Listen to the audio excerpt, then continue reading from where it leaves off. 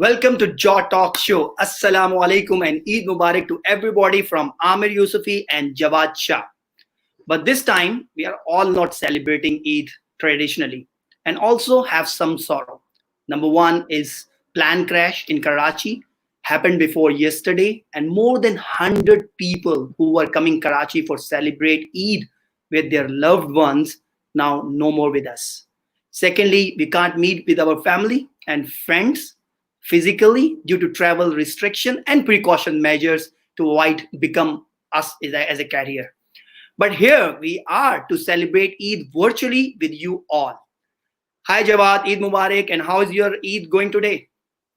Hello, Amir. Eid is wonderful. Of course, we are taking care of the social distance, so cannot meet our family, cannot hug them, cannot kiss them, but we are there with our hearts. So it is good. New experience, of course.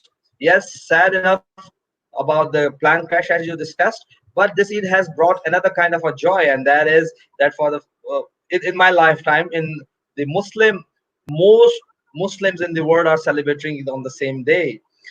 This is another joy, another side of the story. But anyways, it is good. Amir, you just mentioned that we are facing another kind of a situation where we cannot meet, eat traditionally. We cannot hug people. We cannot go to our relatives' places and all that. But we are doing it virtually. It brings me to the situation, which is although our topic of the day also, that sometimes we plan our lives, our a situation, our a condition, but somehow in between, due to circumstances or due to our lack of focus, we have to refocus on the objective to achieve or reevaluate ourselves. So that's what we're going to discuss today. I would you like to introduce your guest? Yes, sure. It's great honor for us to host Dennis Tyrrell. He is executive of business and life coach as Dennis Tyrrell. You can find him easily nowadays on Faisal Qureshi Facebook live show in evening and find out his valuable discussion on Reboot series. When we are preparing this show, Jawad, I have revealed his one secret. He Uh-huh. wished to celebrate in one of Muslim country. At this moment, Okay. this is difficult due to travel restrictions. However, we have tried to arrange this show deliberately on Eid Day, where we are celebrating in all over world, as you mentioned, and try to accomplish his wish at some extent. Definitely, he is welcome in Malaysia for next Eid, and I love to host him. And same here in Pakistan.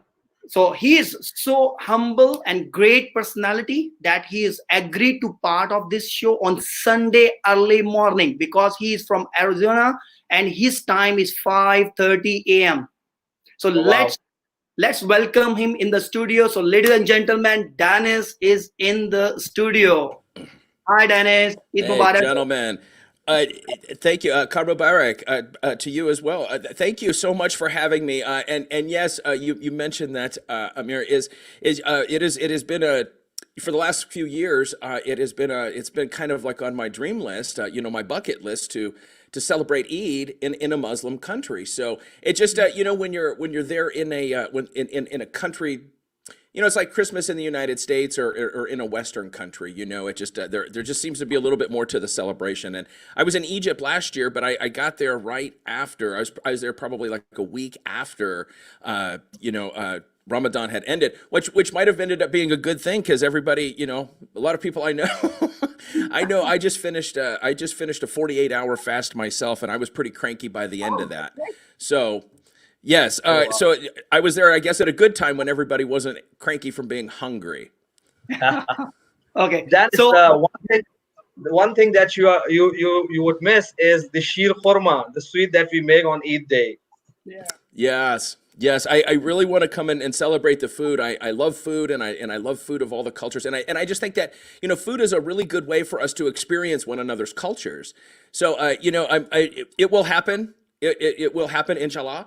That I'm hoping to be in Malaysia with y'all next year as well. So, but thank you so much for having me on. I'm really looking forward to presenting this information to your audience. It's COVID kind of came about And I listen. I'll just say, as a regular person, I'm not, involved in the politics or anything. But it took me a bit by surprise. I heard it. I heard it in the news, and even though like I heard it, like it started in China, we've had other things start in other countries that kind of stayed contained. So this is a bigger deal. It certainly has continued to grow, and it's caused it's caused a lot of people to have to. It's forced a reset on a lot of people, a lot of projects, and that sort of thing. So yeah, I'm looking forward to getting into this. Yeah, we'll talk about three important R's which you have mentioned earlier: reset, refocus, and re-engage. So let us know, because as Jawad has also mentioned about, due to crisis of COVID-19, life is taking new move, and we need to take pause. As we have one of the motivational speaker some days ago, Dr. Khalid, he shared us the one of the talk show. We must have pause and need to understand where we are. We can't be successful if we are doing same thing and expecting the different results. So let's talk Absolutely. about how these three R's are helping us to move forward and setting up for success. Yeah, and what I'm going to do is I'm going to go ahead and I have a graphic made, and I'm going to go ahead and share the screen here, and I'll get this pulled up, and then we'll get right into this. There we go. All right, so basically, what happens is, a lot of times, even though we take and do everything we can to set ourselves up,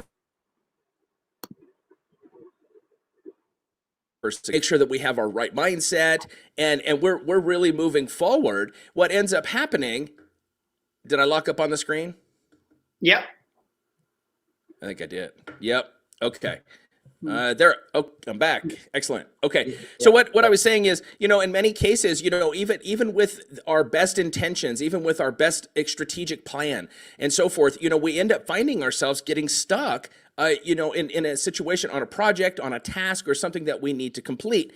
And in life, what happened, with COVID, is that all of a sudden now we have this situation where many people are out of work. Many people's businesses had to change. I know mine had to change. I was booking out an international travel schedule this year, and I don't think I'm going to be traveling in 2020 now. So things in the world change, as I know they did for you gentlemen as well. So, and everybody watching.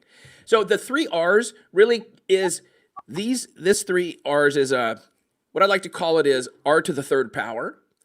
So kind of like that exponential thing. I'm not a math guy, but I do know exponent. So R to the third power. And what we're really talking about is, the first R is, now we have to take and do a reset. And what I'm talking about with a reset is simply that, so what I say on here, you can see the very first one is spatial. And spatial boundaries truly just is like, so a lot of people are working from home right now, right? So now we have to take and create these boundaries. I know for me, when I'm done working, especially on a weekend, I close my office. The same as when I used to work at an office. I would close the door, and I don't go back in throughout the weekend and so forth. So that gives me that spatial boundary, a change of an ecosystem, right? So a lot of times, we have to think about the people for a reset. We need to really think about the ecosystem that we're in. What's the who's around us? What's our environment like? So there's a lot of there's a lot of factors that go into this. And then, of course, the physical. So a lot of times I take a very back to the basics approach to life and to business. And I just believe that, kind of the back to the basics movement is about changing the way we eat, changing the way we live, and changing the way that we treat each other. These are all very basic concepts for us. And so when I talk about the physical reset, look, it's a really good time to really evaluate our diet, our physical activity, and so forth. And I'm not going to say exercise, but physical activity, staying active is really what's important. And then, of course, we want to reset our mindset. So what I'm talking about with the mindset is decluttering. So once we kind of declutter, now we can go, wow, okay, now I need to take and move forward in a different direction, or I just need to tweak something. So I can just say, like when I started broadcasting, one of the things and that was about 8 weeks ago now. So one of the things, I've had to kind of grow as I go. I've had to learn as I go. And so it's constantly a process of resetting, refocusing, and then re-engaging. So the re-engaging part's kind of easy. Now we're going to get into the challenging part, which is the refocus, and this can be a little bit more challenging. But it doesn't necessarily have to be. So with that being said, what I'm talking about with the mindset decluttering is a lot of times, especially like when COVID hit, I was booking international travel, and I was really looking forward to it. I mean, I was finally, like, it took me like over a year to really start like building that part of my business. I'm starting to get events scheduled more frequently, and well, now now they're gone. So, but who do I blame for that? Right? Who do I blame for that? I mean, I guess I could blame nature. I could blame God, and none of that's going to be productive for me at all. So it's really just about trying to say, okay, wait a minute, this situation happened. We can either take that and go, it happened to me, or that it happened. When we think about it from a perspective of, hey, this situation happened, now what we've done is we've neutralized it in our mind. So instead of having the good versus evil situation in ourselves, like, oh, COVID is evil, COVID is bad. No, COVID is. It just is. We have to take and make a choice as to how we're going to interact with it. So the refocus comes from, it really is a re-evaluation process. So what we're going to do is we reevaluate our beliefs, our thought processes, so our belief systems. And we're going to take and reevaluate our values. And what I mean by this is, please understand, when I say values, I'm not talking about core values. Those are things that are intrinsic and inherent within us. So like integrity, I'm not going to I'm not going to eliminate that value from my life. It's too important to me. Providing a core value of mine is grace. I like to extend grace to other people. And it's not, for a long time, I thought like grace was about like serving the other person. Really, it makes it easier on me to provide that grace, because now it creates a different expectation within that relationship. So the reevaluation part, when I talk about the values and the beliefs, here's something simple. When I was being raised as a child, I was taught a very, very specific definition of heaven and hell. As I've gotten older and I've started to read scripture for myself, I've looked at other holy books, I've looked at other teachings and writings. My version of heaven and hell, they're not the same as what I was taught. So I've had to take and change that belief system. So, but here's the interesting thing. Whenever, even though I don't think hell is the place that I was taught it was, which was a horrible, horrible place. If somebody cuts me off in traffic while I'm driving, where do I tell them to go? Right? I mean, you guys, I see you guys smirking, and that's what happens is, even though those are still in us, what we're doing is we have to say, wait a minute, I'm not going to attach myself to that because it's no longer relevant in my life. And I'll tell you, it's a whole lot nicer when I don't feel like I need to tell people where to go when they're when they cut me off in traffic. So that it's really, the refocus is truly just a re-evaluation period. And I'm going to say, whether we choose it or whether it happens like the coronavirus did, we have an opportunity here to really take and reevaluate what we're doing. For me, I took COVID as an opportunity to start the broadcast. This is something I had wanted to do, but like everybody, we get busy, we stay on autopilot, we just continue to grind away and live our lives. So for me, this has been an amazing time, and I encourage everybody. I know the world's kind of starting to open back up in some places, but this is still an amazing time to take and spend some time with yourself and in your own thoughts, and really refocus or reevaluate what your priorities are.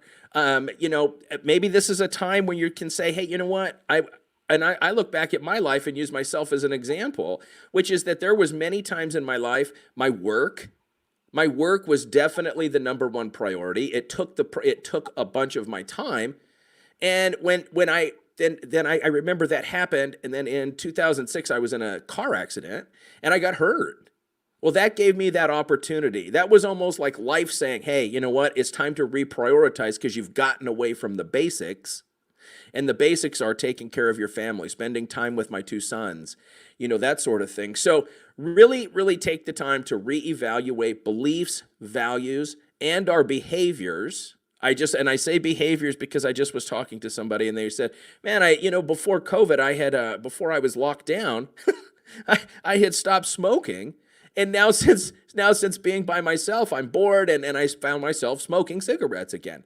So this gives us that time to really reevaluate our behaviors as well. So once we reevaluate, reprioritize.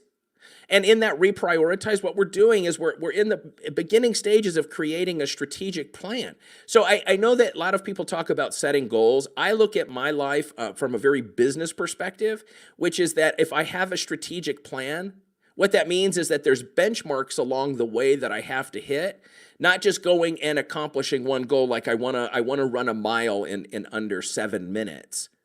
That's something that we work towards. But in life, I mean, things happen.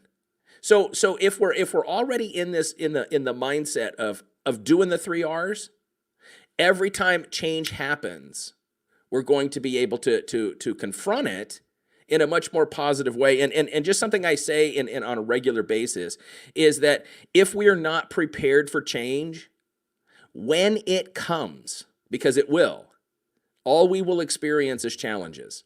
So it's important to be prepared for change. And the way that we do that is by adopting the R to the third power process. The last thing is once we create that strategic plan in that refocus, now what we say is, man, okay, you know what? Yes, I can do that. I can do that, and I'm going to do that. And in the committing to a course of action, a lot of times we end up saying things like, I need to do this, I must do this. What I'm going to suggest is, I want to do this. Trick your mind. Trick your mind into doing, because as humans, come on, fellas, you guys know, we always find a way to do the things we want to do. Even if we do them in secret, even if we don't let other people know, we find the ways to do the things we want to do. And a lot of times we even pray for those things, and then our prayers are answered, and man, we're miserable, right? And it's like sometimes I wish God would have just not let that happen and told me no, but then I would question that too. So, commit to a course of action, and then once you commit, you have your strategic plan, you've committed to that course of action, you know the steps you're going to take.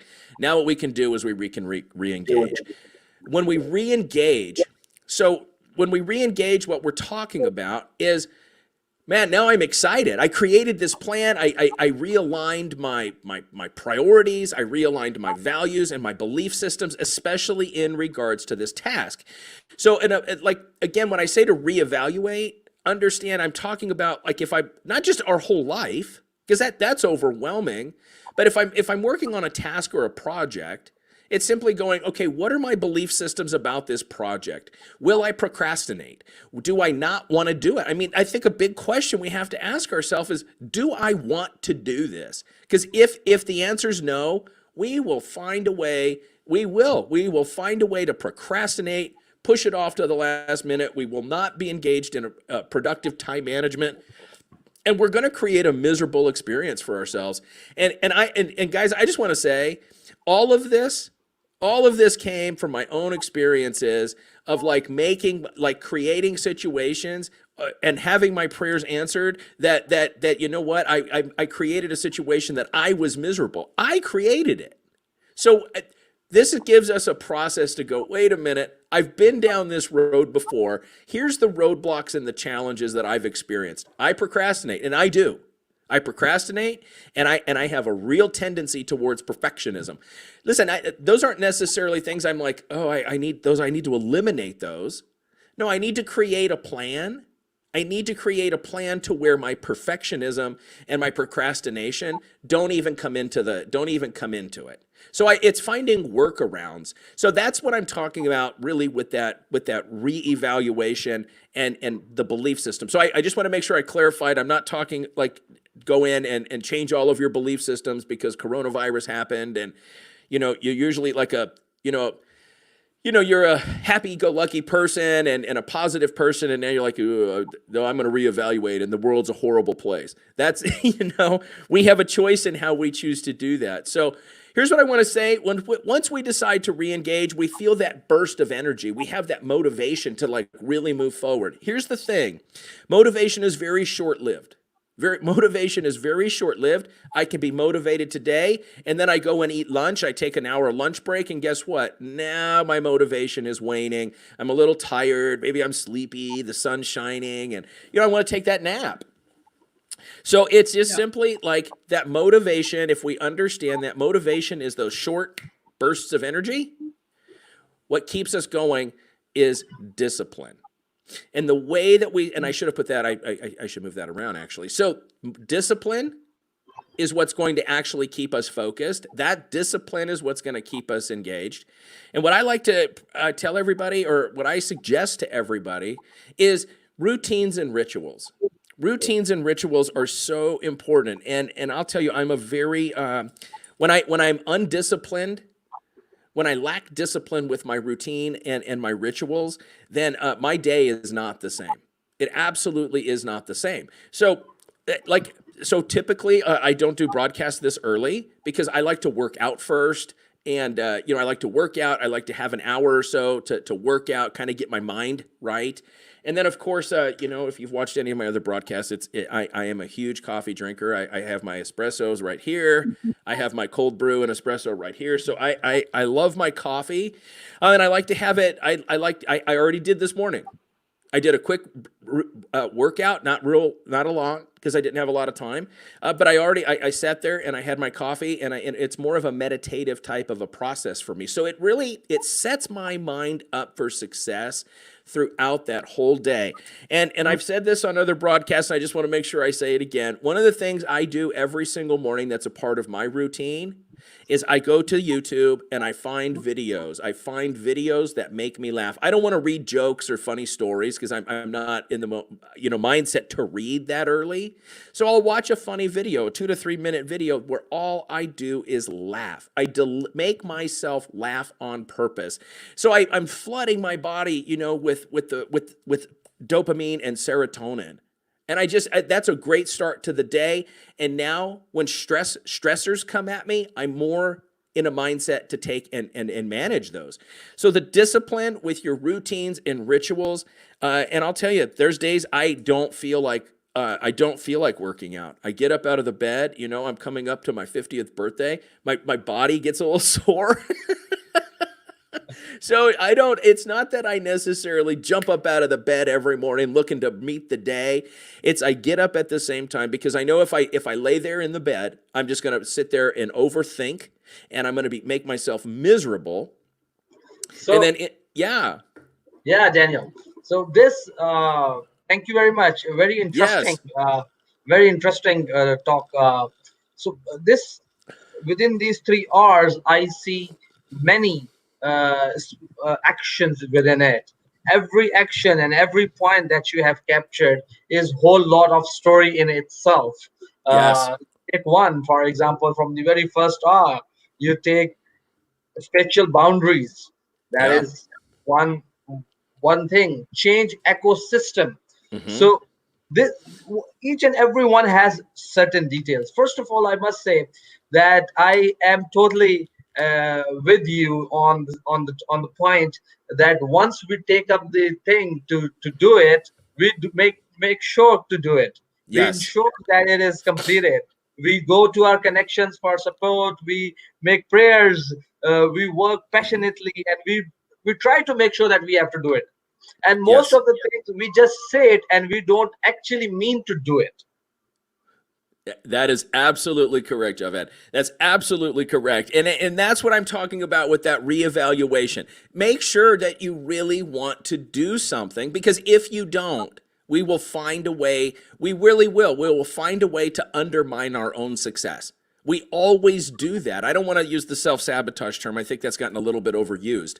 But we find ways to undermine our success. And you're absolutely correct. So I appreciate you bringing that up. Yeah, absolutely. So definitely discipline is certainly much more of a priority than the motivation piece.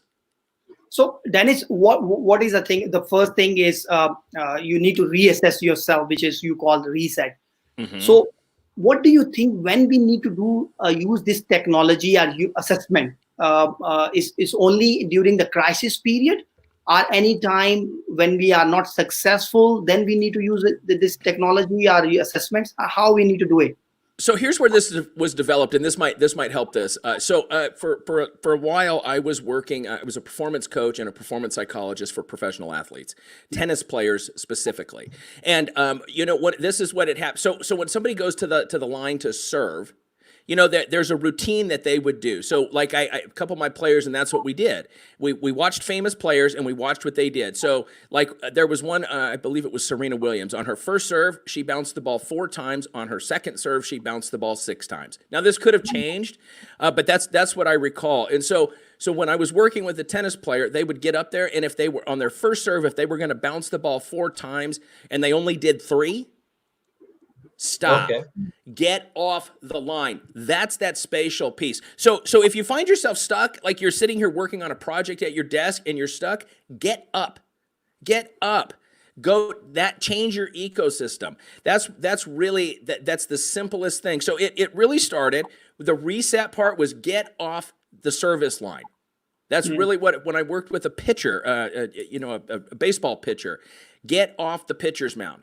Physically get off, because once you enter, like when I come in to sit at my desk, like I am in a work mode. So if I need to take and reset, you can't see it here, but I keep my laptop right over there. If I need a reset because I'm sitting here at my desk and I'm really stuck, I say, okay, that's enough. And I get up, I give myself like 3 minutes. That's it, because I know me. So I give myself 3 minutes or so, and I'm like, grr. I get up, I get my laptop, and I go move to another part of my house. And so with that, you know, like our laptops and stuff, they mirror everything. So I can just pick up in a different place. But now even just having walked around, maybe getting a drink, something like that, not super long, but that gives me that enough time to go, okay, wait a minute, I gotta drop my stress level down. I gotta refocus here. So it's not always this big evaluation process with life values and stuff. That's important when you have a life situation. So if you're stuck in life and you're like, man, I'm not being as successful as I want. Now it's time to do a little deeper work. The practical approach to this, if you're sitting at your desk and you're not being successful, get up. Get up. Shut the door. Move to another part of the building. So I hope that answers your question. That's really what I mean with the spatial boundaries is, and now when I've said that, I've got to do some work on the laptop. And I have to. Dennis, just a quick question here. Many people I have seen in my life, my friends, known people, at one point of time in their life, they find difficulty in focusing. Lose their concentration very quickly for whatever they are doing. Can you suggest some technique to rebuild that focus or improve the concentration? Absolutely. I can tell you what I do. And so I'm going to say this is each different for each person. But you know, I experience squirrel brain all the time. A squirrel brain, monkey mind, that's what I call it, is where, you know, I feel like a dog in some cases where I'm sitting here at my desk and I'm really trying to work, but a bird flies by. I'm like, whoa, easily distracted. So for me, what I think is really important with that, Joe, is to take and really acknowledge your work cycles. So when you understand your own work cycles, I call myself a burst worker. So I don't necessarily want to sit at a desk for 8 hours. There's times that I have an 8-hour burst, but typically it's about 90 minutes. And in that 90 minutes, like I am moving. I don't turn the radio on. I'm not having anything in the background. It is a 90-minute time of hyper focus. So what I do is I come in, a lot of times I set a timer. And please understand, when I say 90 minutes, get to a stopping point. If you finish at 70 minutes, that's fine. It's about creating a task. When I have this task in front of me, I'm a burst worker. I'm going to do it. I'm going to work for 90 minutes, and that's it. There's no distractions with that. And then afterwards, now I get 15 to 20 minutes. So I'm constantly changing my work cycles. And I'll just say, and that's a great question because each day can be a little bit different. There's days I don't feel like working for 90 minutes at a time or 2 hours. There's times I don't feel like working at all. So it's saying, especially when I don't work, now what I can do is go, hey, you know what? Get in there, work for 90 minutes, and then go do something else for an hour. So that's really what I think is the most helpful is to acknowledge your work cycles. And if you need to get a task completed, because you like to work after midnight, that's okay too. It's taking it easy on ourselves and trying to like squeeze everything into a certain box that we get to create for ourselves.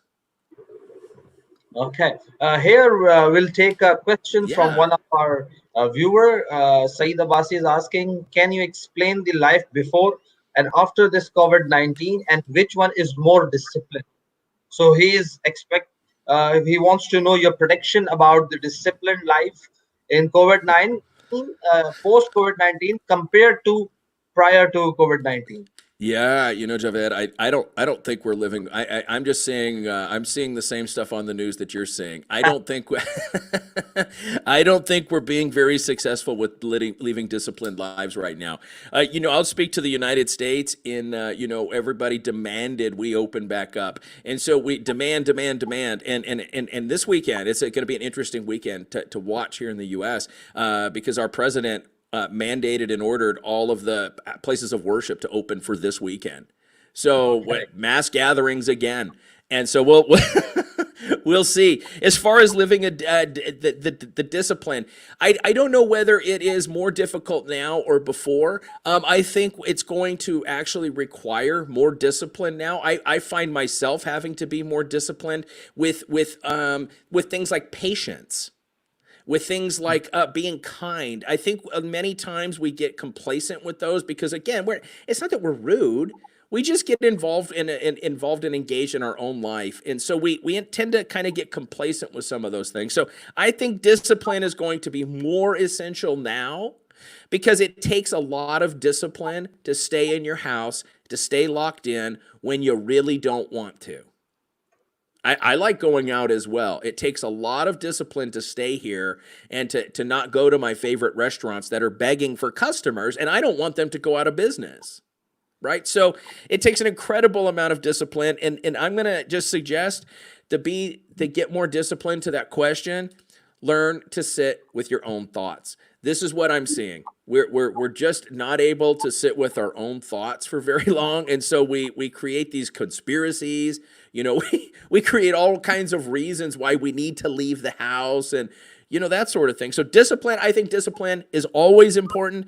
But now the universe has given us an opportunity to go, you know what, this is actually a very important skill. And it's not telling ourselves what to do. It's setting ourselves up to be successful in this new situation, the new context. So great question. Thank you for asking that.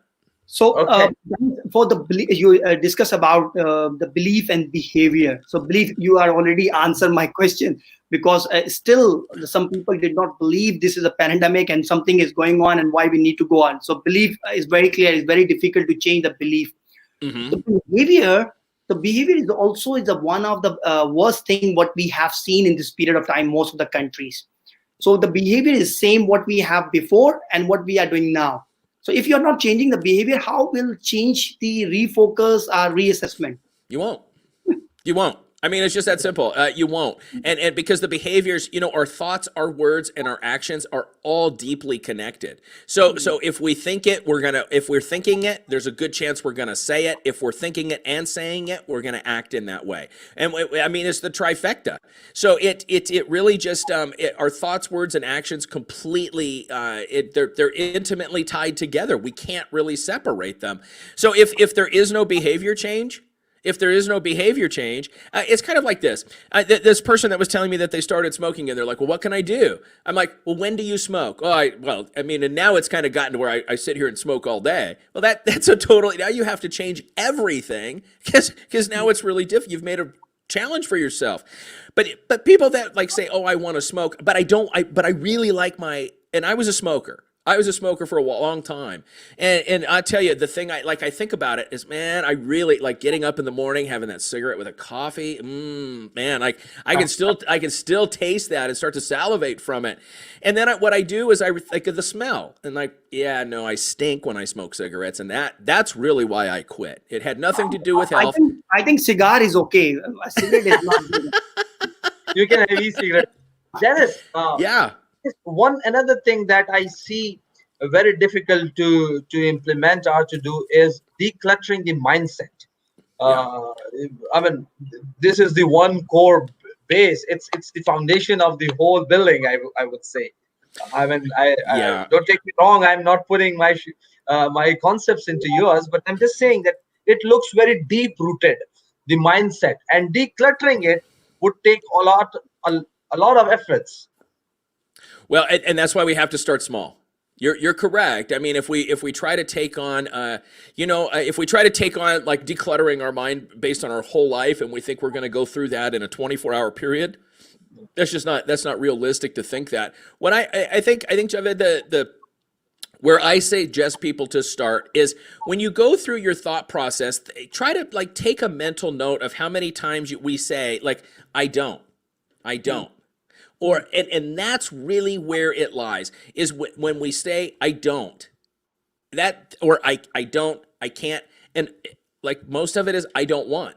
And in regard to COVID, I'm hearing this a lot is, I don't want things to change.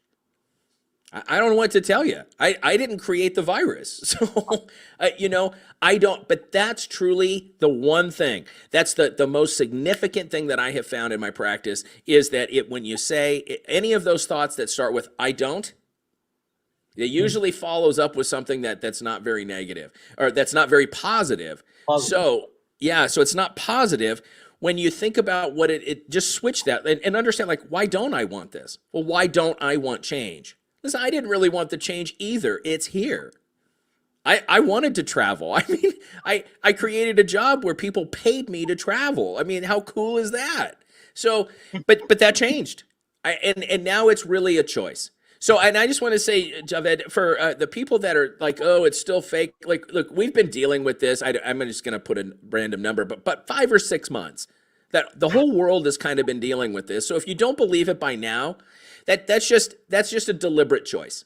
That's a deliberate choice to take and stay right where you're at. And then what we do is we end up pining away for the old days as if they were, we've had these types of things before. We're going to have them again.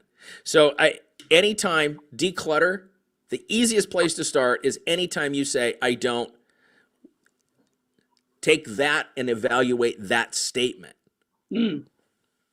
Yeah. But when we are talking about the thinking, so this is a positive thinking is very difficult it's very easy to say, but it's very difficult to think is positively at all crises and all situations. Mm-hmm. So how you are dealing with that positive thinking and what you tell us about that? Well, so please understand, as far as the power of positive thinking, I believe in the power of pragmatic positive thinking because, otherwise we just get flowery, right? And people walk around as cheerleaders like, oh, look at the bright side. Hey, there's always a positive if you choose to see it. I mean, I guess that can be true. There's a term now, it's called toxic positivity. And it's referring to these people like people that just walk around positive all the time. It's disingenuous. And it doesn't seem authentic at all. So what I'm saying is, switch it. There's a real simple, easy way to switch it is, I don't want, okay, fine. Well, what do you want? Now we focus on what it is that you want. It's like this, Amir, I say this a lot, is we all have weaknesses. I do too. Like, I hate math. I don't like it. I think about, I have to do math. It stresses me out. And I don't like it at all. You know what? I don't have to do math. Why do I stress myself out about that? Why am I focused on that? So I say it's doubling down on our strengths. That's really what it is. It's doubling down. Like, I'm really good at human behavior. I'm going to focus more of my attentions on human behavior. Let somebody else do my books. Let somebody else do the math for me. Right? So that's really what I'm talking about in that is the positive really is focusing on what it is that we want. In some cases, like I say this, the positive, I don't like running. I run 3 to 4 times a week, at least 2 miles.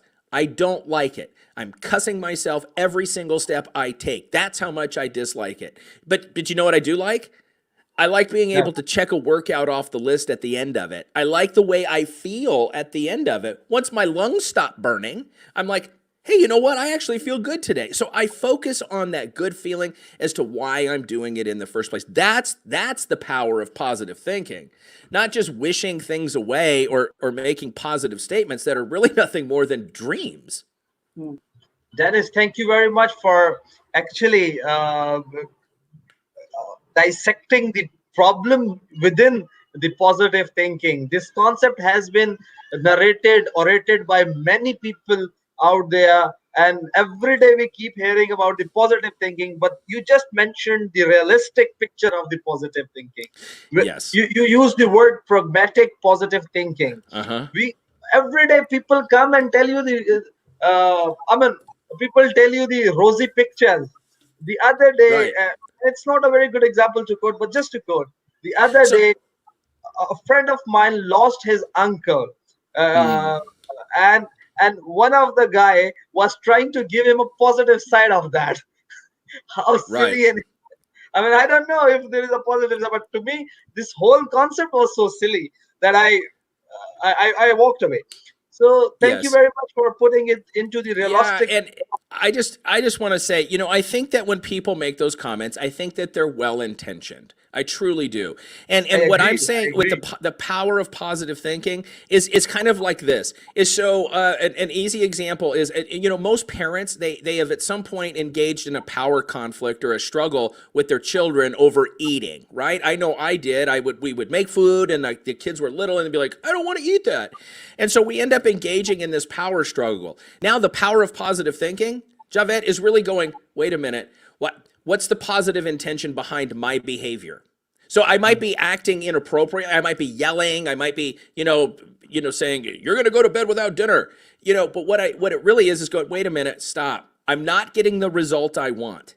I'm not getting the results I want. What's the positive intention behind my yelling? Well, really what I want my kids to be healthy. Why do I want them to eat the food? I want them to be healthy.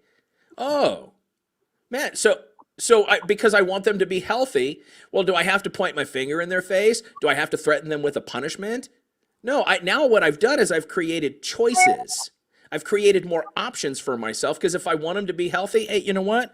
I'm going to wrap this up in some plastic and then we're going to put it away and then that's what you can eat when you get hungry. Because ultimately what I want is I want them to be healthy. So think about the positive intention behind your negative behaviors. When you find that that's the power of positive thinking, not walking around being a cheerleader telling everybody, hey, look at the bright side. Hey, because now people just don't like you. I mean, you're just annoying. Yeah, so individual behavior is also derived from the collective behavior of the society and your friends and your family as well. So, but Absolutely. nowadays I have seen a lot of when you're talking about with someone, they say, "Oh, everything is going to be finished. Everything is." So this is also the energy. You can say the sucking people around you guys. So this is very difficult to manage. How we can manage these type of people and how we can remain positive with these peoples. Well, I think the easiest thing to do is instead of focusing on the positive and always trying to see the positive, I think the easiest thing to do in many cases is to make something neutral. So really in that neutrality, now I don't have to attach a good or a bad, a positive or a negative emotion to it. So that's what my biggest suggestion is and I do think this and I've noticed this in my life is there's so many things that we attach positive or negative to that really are just neutral. It's like this, is this cup? This is a great espresso cup. Well, what's great about it? It holds liquid. It holds liquid. It has a handle. I think it's just about really taking some of our world and when we have moments like what COVID has done and really reevaluating again, what is, and it's funny, I forgot to put my wedding band on this morning, but I say this to many people is like, what is your wedding band? When you look at it, it's like, oh, it's my wedding band. No, it's not. It's a ring. it doesn't mean anything significant until I put it on that finger. Mm. Right? So it's understanding that we attach emotions to things that in many cases, maybe we shouldn't be attaching emotions, maybe because they're more neutral than what they are. Mm. So Yeah. I think that's the easiest way to apply positive thinking, is because I don't know. I mean, I think we try to rationalize when somebody dies. I think we try to rationalize that in human. I think it's a complex issue that we try to bring down into a human level that I don't know that we're fully capable of understanding. So it's understanding going, you know what? I this isn't positive, but it's not necessarily good or bad. So remember, there's a lot of value in the neutral. And the neutral, is it positive? Well, it's certainly not negative. So now Mm. you're at least one step closer to being able to find a positive solution or resolution to what's going on in your mind. Mm. Great. Dennis, your point again, somehow this one point, the changing the ecosystem is stuck in my mind. And Okay. for your Muslim viewers and for our Muslim viewers, if you don't mind, I have one another factor for reinforcement of it. Uh, Perfect. our, our Prophet Muhammad has this saying. He said that one is someone when someone is going through sailing through hot airs or is in difficult times, he needs to travel. He needs to change his otherwise I can safely say he needs to change his ecosystem for a short Yes. period of time and then come back and then resume his thing. So it is just a reinforcement that your strategy has another valuation for Muslims from their religious and beliefs perspective.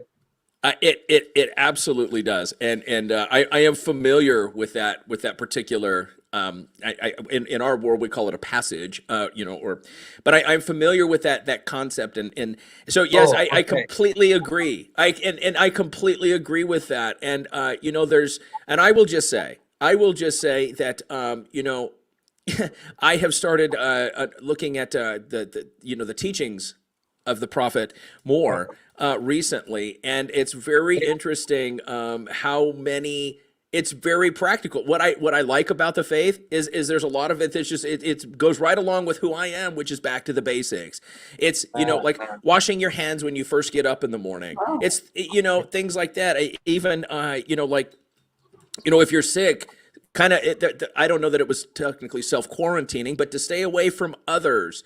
So Yes, there's a lot of really good yeah, practical advice there, and so but I think sometimes we say, oh well, that's from the prophet. We have to, these are practical things that prophets gave to us to apply to our lives, not necessarily to sit here and philosophize about and to put into such academic concepts and to I'll just say in Christianity, what the more that we get academic with it, the more it splits. The church is split into other groups. So I have to take that for what it is, and I completely agree. The ecosystem is extremely important because think about it. I'll just tell you, I cannot be positive if in a simple example, my wife is having to work from home for right now, and if she and I are not in a if we've been quarreling. Guess what? I'm not going to be as productive in my own office because that's what's on my mind. So what I have to do, I take my laptop and I go to a different part of the house. So change the ecosystem. I'm just too simple. I don't know how to take and create something amazing. I don't know how to take and create something of true value in a negative environment. I just don't know how to do that. I don't think most of us can. Mm. Yeah. So I have the one or maybe last two questions about you discuss about the strategic plan. So I think this is a good point which you have already just discussed about the back to basics. So back Yeah. to basics is very important when you are making the strategic plan. A strategic plan is a big thing. So first we need to go for back to basic, and then we will talk about the strategic plan. Yes, and what I mean by getting back to the basics is that without taking a business strategic plan, which can be very complex, and I like those too. It's just simply a matter of what is it that I want to accomplish. So by the end of this year, I want to accomplish the X. And so what do I need to do to accomplish that? So each week, if it takes something simple, like, there was a time, I wanted to read the entire Bible. So what I didn't want to sit there at one setting and read through it. So I chunked it down and I said, okay, each week I'm going to read this amount, and so therefore each month I will have read this amount, and by the time 8 months rolls around, I will have read the whole thing. So we take something simple. Take something simple in our lives and apply these principles to something simple and something that you want to do, and get in the habit of it, and find out what makes you successful. So there was days I didn't want to read. You know what? Before it's kind of like we set rules and boundaries for ourselves. I love my coffee, but this whole, and I don't know the liter, I don't know the conversion, but this holds 30 ounces. So each morning before I have any coffee, I have 2 of these, 2 full of water. So I drink 60 ounces of water before I have any coffee at all. And the reason I do that, and there's times I don't. And when I don't follow my rules that I set for myself, guess what? I end up with a headache. I don't feel as good. I don't perform very well at the headache. I know that happens every single time. So it's taking and applying the process in a very simple way to where now we're saying, wait a minute, I can be successful. That's what we're doing to ourselves, or that's what we're demonstrating is, wait a minute, I can do this. It's like me with broadcasting. Every time I would turn the camera on, every time I'd sit here at my desk, go, I'm going to make a video. I push record and go, cut, but I can do a live broadcast. Yeah, I can do it, and it just seems to fit me more. So, it's finding, like, make it easy on ourselves. Hey, find workarounds. I can't do this, but I can do this. Right.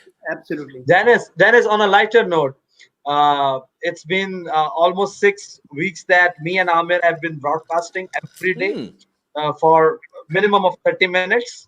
Perfect. And after this 6 weeks experience, although it's not big, but still, we tried to make 2 minutes video the other day, and we failed miserably. I know, right? Oh, yeah. We had the information, we had everything in place, but we could not do it. Right. We just tried to keep it, and then we were not satisfied with it. Said, okay, let it go. We'll try some other day.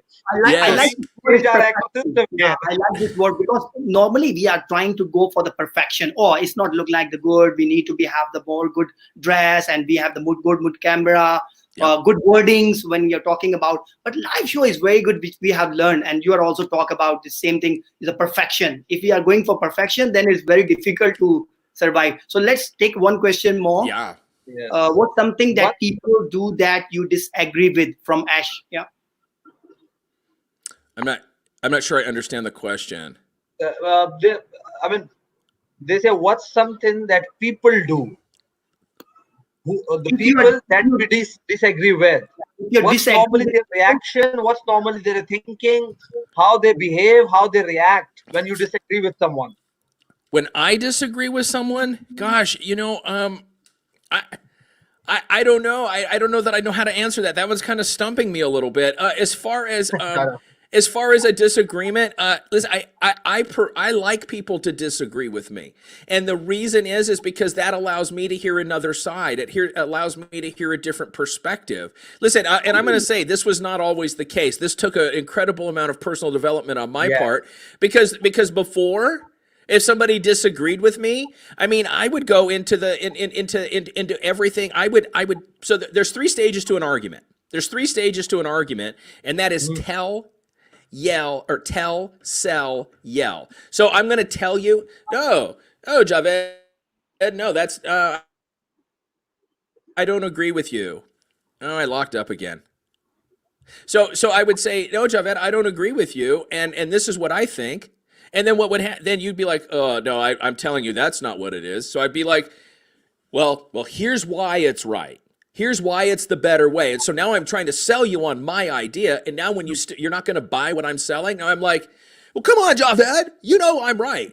So tell, sell, yell.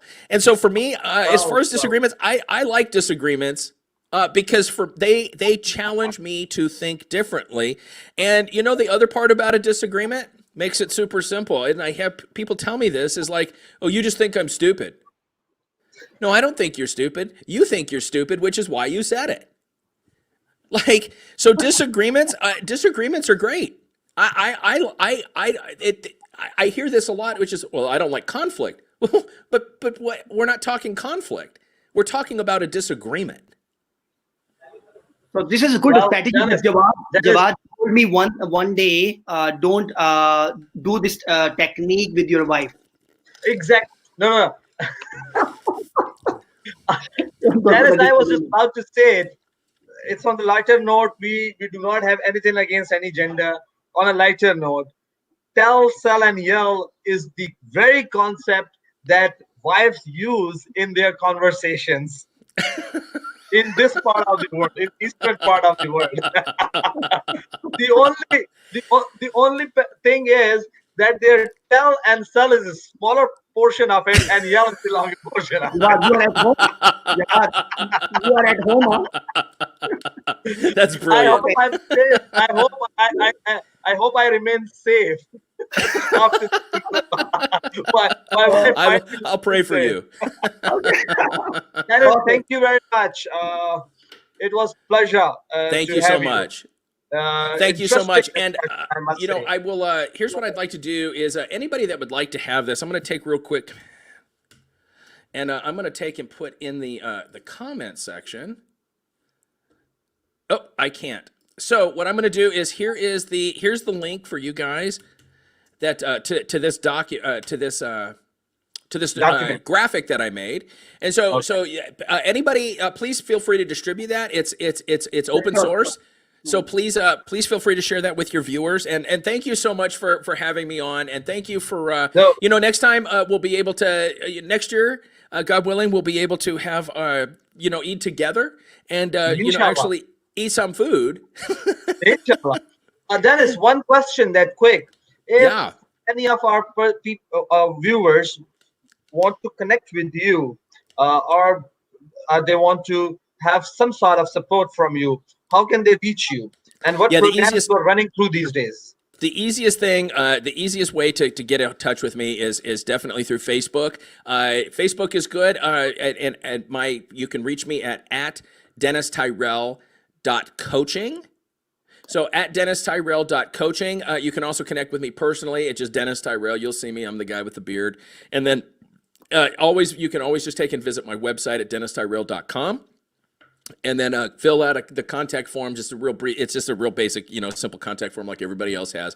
Send me an email, and we'll take and you know, I'll take it. A lot of times people don't reach out because they're like, oh, it's gonna just take forever. It's too complex. I just want to say, when I work with people, many times on short-term goals, it's really 2 to 3 times because we get stuck. And we just need a different perspective. So my website, dennistyrell.com, is the easiest way to get a hold of me, or on Facebook, connect with me, and then that way you can see my live updates, as well as you can watch my broadcast, which is Back to the Basics. So dennistyrell.coaching. Thank you very much, Dennis. And Gentlemen, one more thank you. promise that you are coming back to our broadcast. Absolutely, I'd love to come back on. So let's stay in touch, guys. Thank you so much. Yeah, we had an offline chat about it, about the next topic and everything. So, viewers, this was Dennis Tyrrell. We had a great chat. We discussed refocus, reset, refocus, and re-engage. The idea behind this was that we are in a situation of COVID where everything is changed. Nothing is as per our plan. Our very few things remain on our plans. But we need to remain focused. We need to have a refocus on our ideas and plans, as Dennis is refocusing on traveling, and Yes. he's through the virtual ways. Me and Amir are also doing the same. I hope you have learned new things today and you will implement it pretty soon. Dennis, thank you very much for enlightening us with your theories and your concepts. I am sure that you will enlighten us again soon. I'd With love to. this, Absolutely. with this, we are about to close out today's broadcast. I hope all the people in the world will follow SOPs and will remain safe for tomorrow. Thank you very much. This is Amir, Dennis, and Jawad signing off. Allah Hafiz. Thank you. Bye-bye. Bye.